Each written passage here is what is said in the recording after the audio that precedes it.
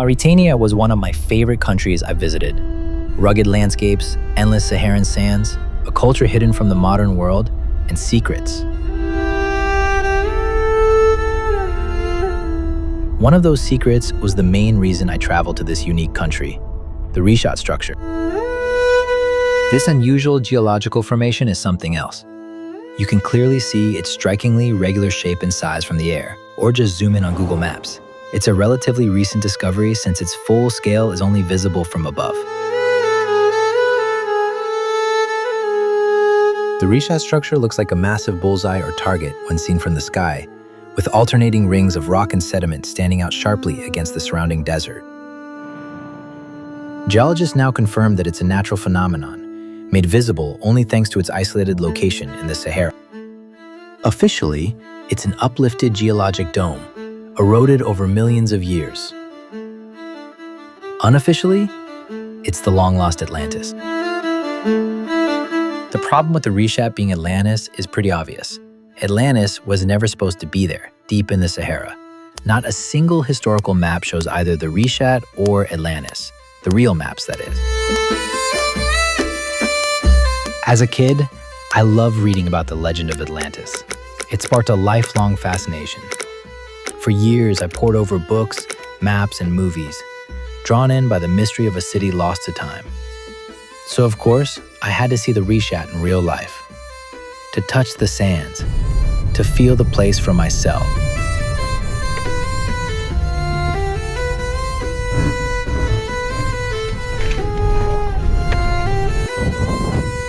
Okay, putting together a turban Mauritania way.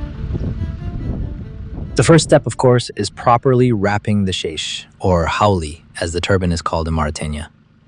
Driving through the desert may beat riding a camel, but the gear and the look still matter.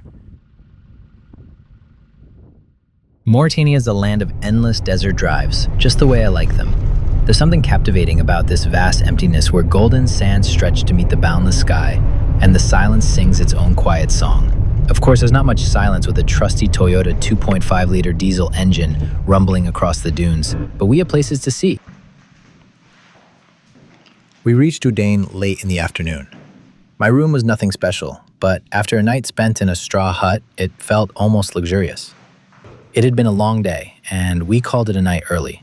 Tomorrow's journey would begin before dawn.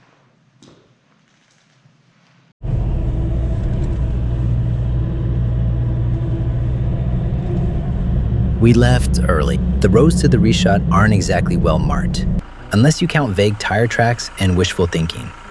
No signs, no directions. It's a careful game of navigating dunes without getting stuck too often.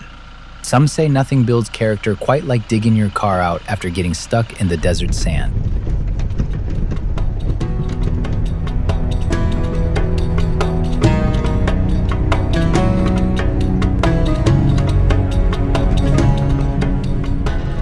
And then, as the first light crept in from the east, we rolled past the outer rings. I was finally here.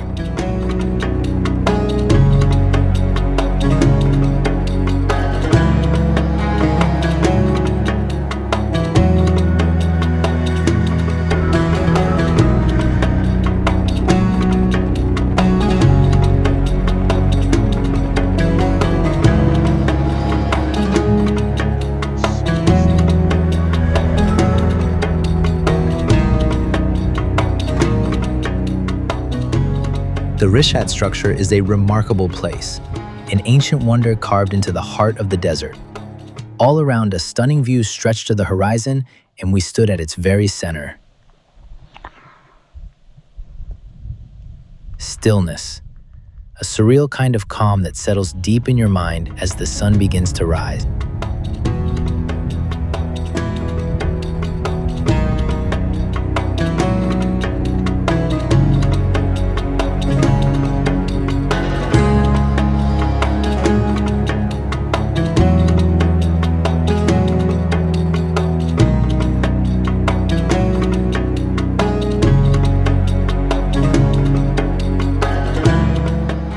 Walking the Richat Structure feels like moving through the Earth's memory.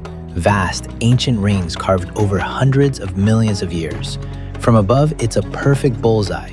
On foot, a maze of stone and silence stretching 45 kilometers across. At its heart, hard quartzite and gneiss give way to softer sandstone and limestone, sculpted by erosion, not by impact or volcanic force as once believed.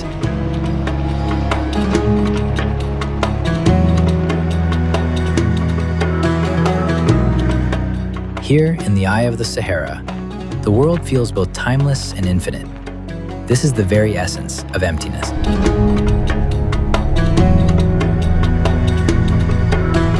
Obviously, there is no sign of Atlantis here, only the fascinating geology and ancient history of our planet.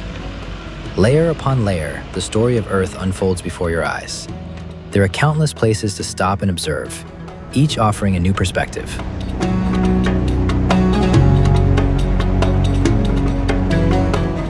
While there were no traces of an ancient civilization, the Richat Structure offers a fascinating array of rocks and stones worthy of close attention. I collected a few specimens to study in greater detail. The geology of the Richat has been well explained. Its iconic dome shape and concentric rings formed around 100 million years ago, shaped by magmatic activity and the relentless forces of erosion. Besides needing more time, the only thing I truly missed was my drone. It was confiscated when I arrived in Mauritania, so I couldn't use it to capture these unique landscapes and culture. Instead, I'm sharing a few highlights from a great channel dedicated to the mysteries of our planet, Archaic Lens.